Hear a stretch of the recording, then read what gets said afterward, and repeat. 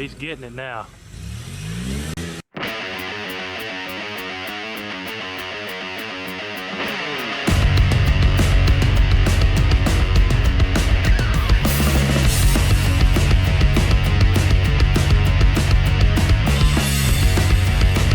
Hey everyone, welcome to Metal Customs. Today, we got one in the shop that I've never seen before. This thing's pretty cool. This is a 2017 Suzuki Carry. Pretty neat little vehicle. Let me give you the quick run around on it, and then I'll tell you what we're going to do to it. You will like this. Yeah, check that thing out. Nose as flat as a biscuit, ain't it? These are used over in China, a lot of other countries from what I gather.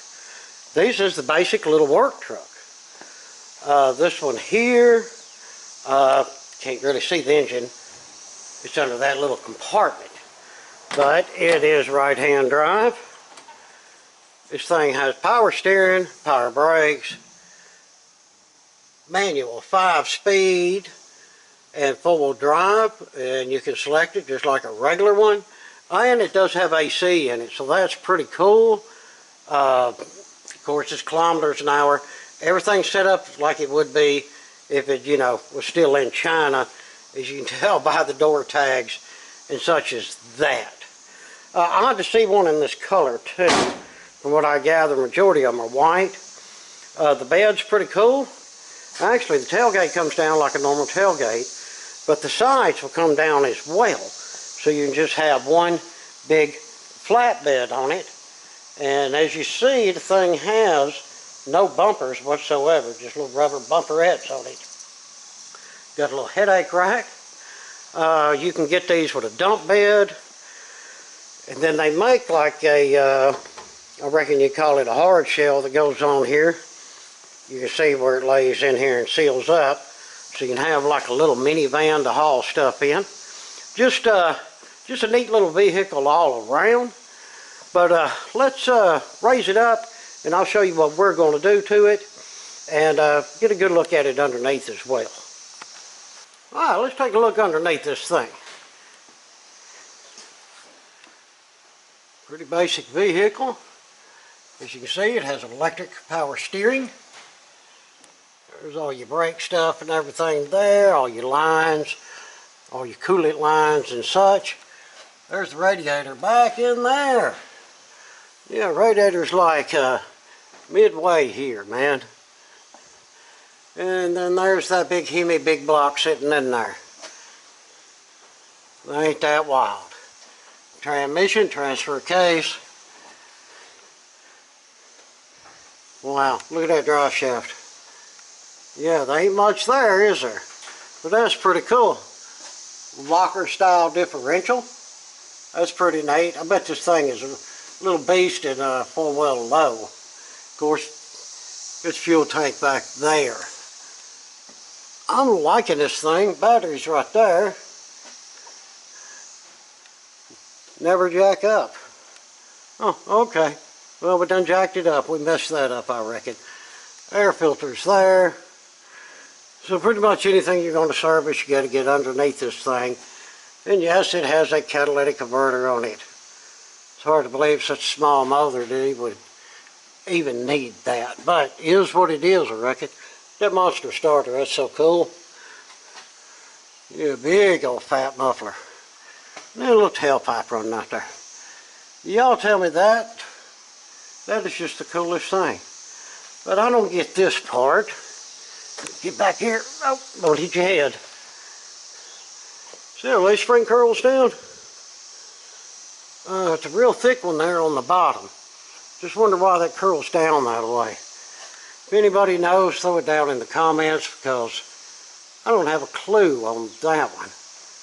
Seemed like if it was flipped around, it would have more tension. You could haul more weight back there. But there's that spare tire. It's got 12-inch tires on it, 4-lug. Pretty neat, pretty neat. But what are we doing to it, and why is something this new and this cleaned in our shop? Well, he uses this thing on his property, getting out through the woods and whatnot. And he's done had a stick come up and poke a hole in the radiator, and he had to replace that. Like I say, the radiator's right here. So what we're going to do is make him a nice little shield to go on here. That will take care of that, and hopefully no sticks will get around that shield or anything, get up there and get his little radiator. I'm not worried about the airflow because all the airflow is coming right through here into the radiator and stuff. So putting a skid plate, shield, whatever you want to call it, under here, no issue whatsoever. Well, let me do some measuring and see what materials I got, and we'll get this project going. Alright, well, I ran down to Whitmer's and picked us up some metal. I didn't have a big enough piece here. But let's put it up here and get us a basic fitment and draw some lines we're going to need to cut or bend this thing. And I'm just using a good old muffler stand to help me hold this up there.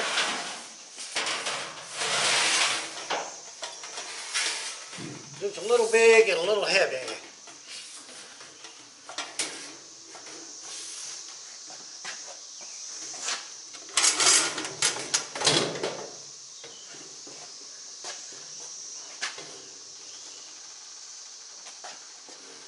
That will pretty much hold it in place for us.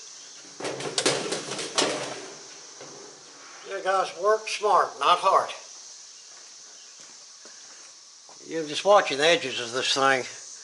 It's already got me once, so. Let's make that come forward some. We want to come all the way to this piece here. Gives a little bit of holding here at the beginning of it.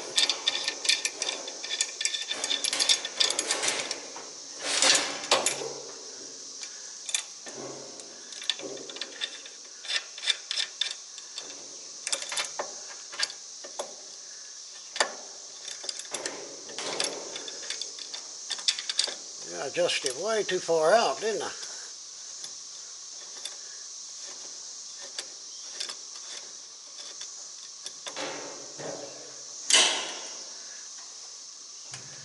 And that's holding good enough. Get it equal.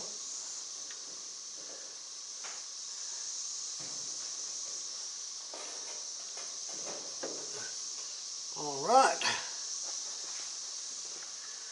Now I've cut some of this off the back because it is definitely way too long, and that's okay.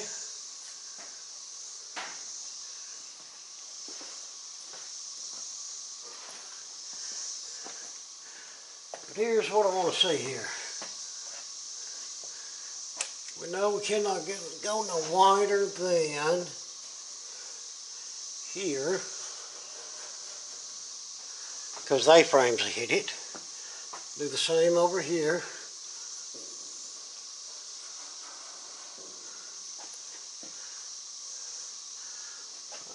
Now as we go down through here,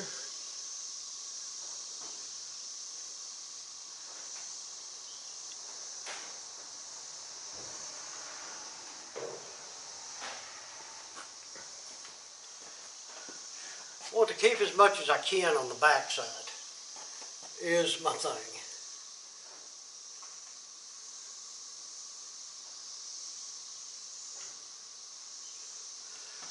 Let's mark this front. Okay, I've got the marks here. Then we got to know how far. We got to go back to here.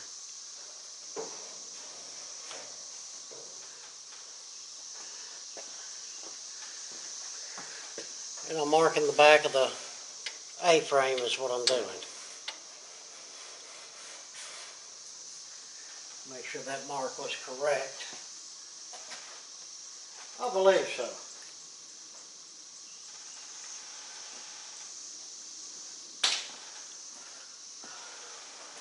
All right, gloves to get this down.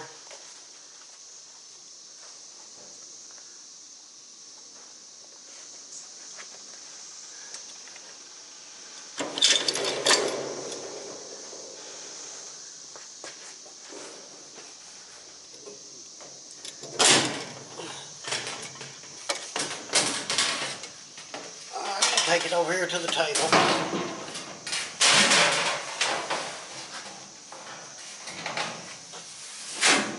Alright, I've got to sit here on the table. Let's go ahead and get these marks here. Transfer to the top.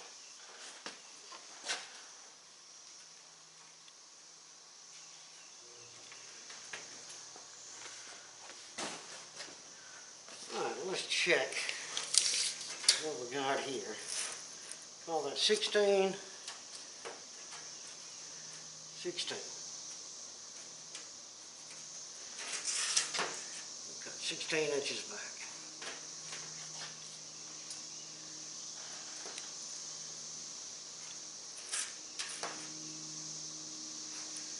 This way it won't be in the way of our A-frames articulating.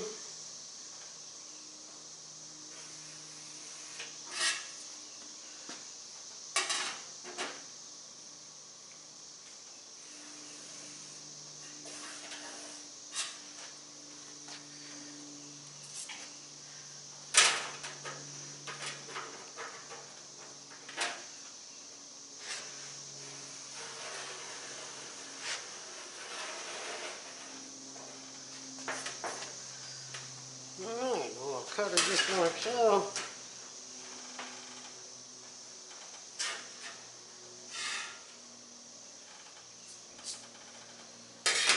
After we remeasure this and get it centered, I got too much on that side.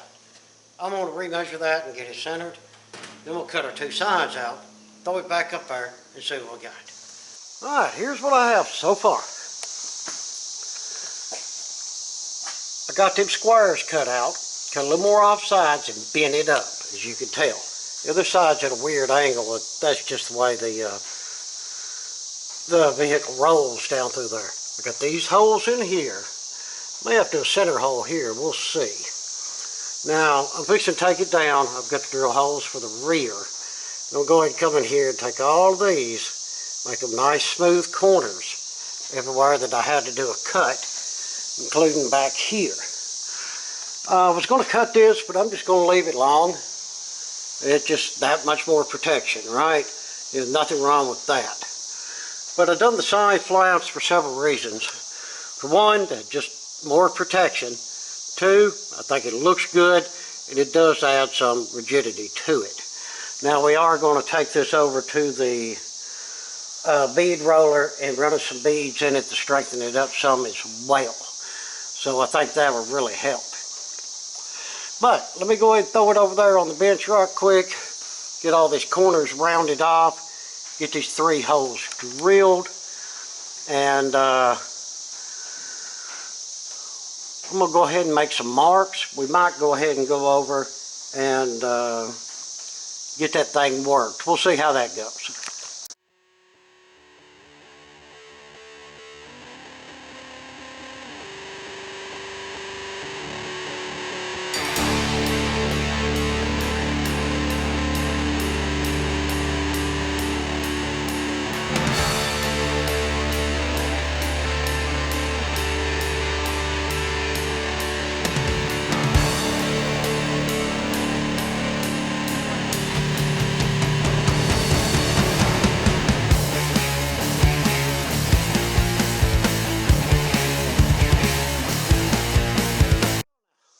That was a lot of bead rolling, no doubt.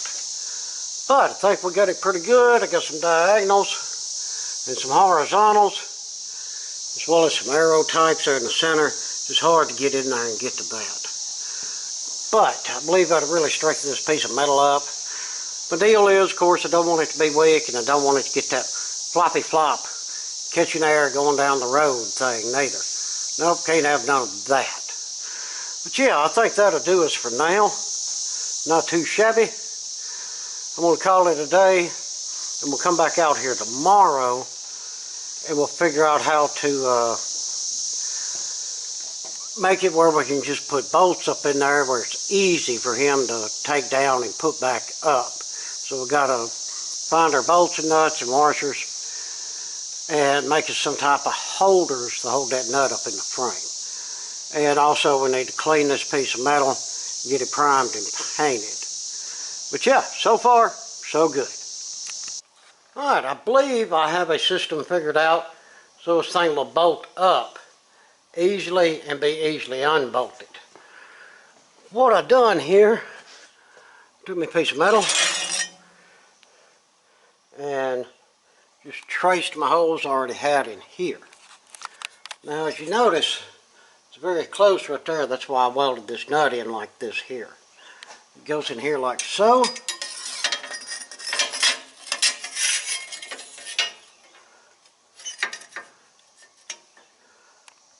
And then bolts will come up through here and grab it. I think that'll hold really well. Now on the front, as you can see, I've already got one up in there. Just took me a piece of metal, like so, welded my nut on the back side of it. And it will just slide up in here like so.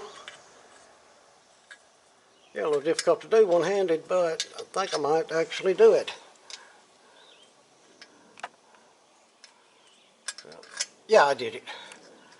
Okay, and when we get these where we want them, we can take these tabs here and bend them over as we want.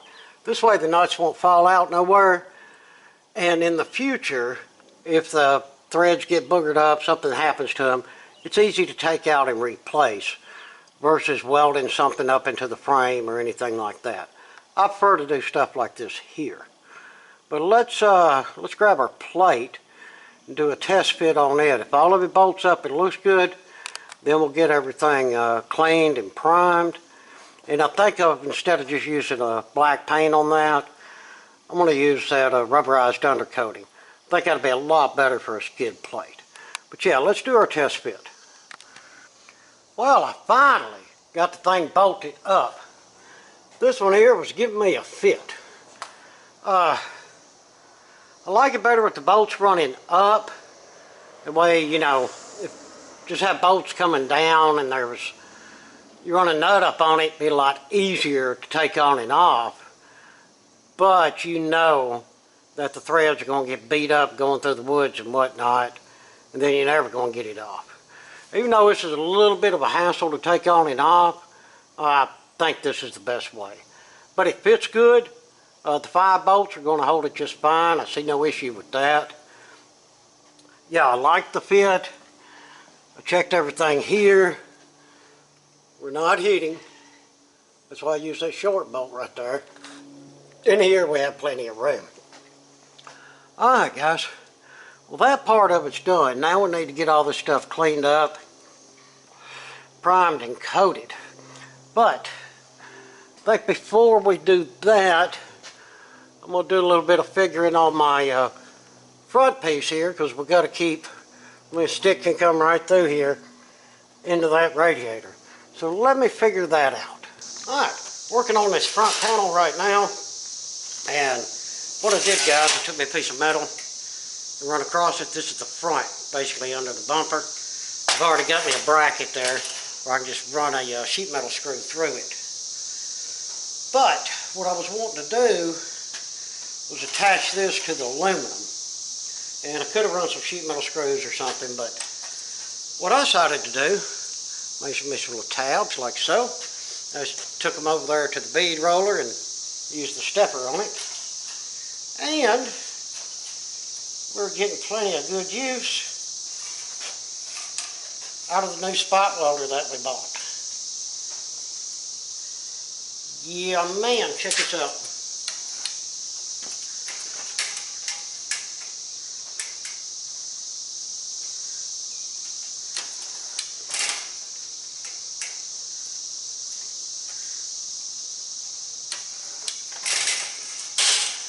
That has got that trapped in there now. Cool idea. And there we have it. Like I said, I didn't want to put a piece of solid metal here. Didn't want to mess up any airflow. But this right here will keep sticks and stuff out as well. And still let the airflow good. But yeah, that works. Alright, now we get to take it all down, clean it up, prime it, undercoating, let that dry for 16 days, and then we get to reinstall. But yeah, I mean, it is there. We got her made, and I do believe the customer's really going to like this. All right, got a good coat of undercoating on this thing. Yeah, I let it sit here overnight and cure. There's still some little soft spots in it. Yeah, that undercoating takes a while to dry, but I think it's good enough that we can go ahead and put it up, put my seal of approval on it, Heavy Metal Customs. Yeah, man, I think it's going to turn out nice. Got these parts done, my little brackets for the front, and of course my expanded aluminum here. So let's go ahead and get this set up and get it put on this thing and just see what we think. There we have it, all installed. I actually looked at the clock. It took me a whopping 15 minutes to install it and to grab a little more undercoating and paint the bolts with the undercoating. But man, I think this right here should really protect that. It's even got a little up here on the sides. I'm hoping that this will work out just fine. A lot better than it was, and a lot of protection. So yeah, that seems to be doing the trick. And like I say, I think customers are going to be very happy. As a matter of fact, I'm fixing to send him a message and send him some pictures. But y'all throw down in the comments what you think. I think it turned out pretty cool. Well, everyone, there we have it. Another little job wrapped up. I think it turned out well, and I hope the customer thinks the same. And like I say, I'm going to suggest a couple things to him, because he bought this for going out through the woods and stuff. And if it's, I was just thinking yesterday, if it was mine and I was using it to go out on my property, what else would I do to it just to help with some protection? I would, at the very least, do a front and rear bumper. I mean, that's just, you know, that rubbery plastic stuff all down through there. And, man, yeah, good, like, I don't know, 2-tube stack bumper would look pretty cool. Not real big, maybe like 1 3/4 inch piping or something like that. Use some roll bar tubing for the front and the back. I think that'd look pretty wicked. I mean, tell me what y'all think, but I'm going to suggest that to it. Well, in the meantime, I do appreciate you watching. Hopefully you enjoyed the video. I enjoyed it because it's the first time I got to work on something like this, and it was fun doing all that fabrication work. Well, if you would, like I say, throw me down some comments. If you're able, hit us up on Patreon and or that super thanks. And please like, share, and subscribe. Again, appreciate it much. Till the next one, we hope that everyone has a fantastic day.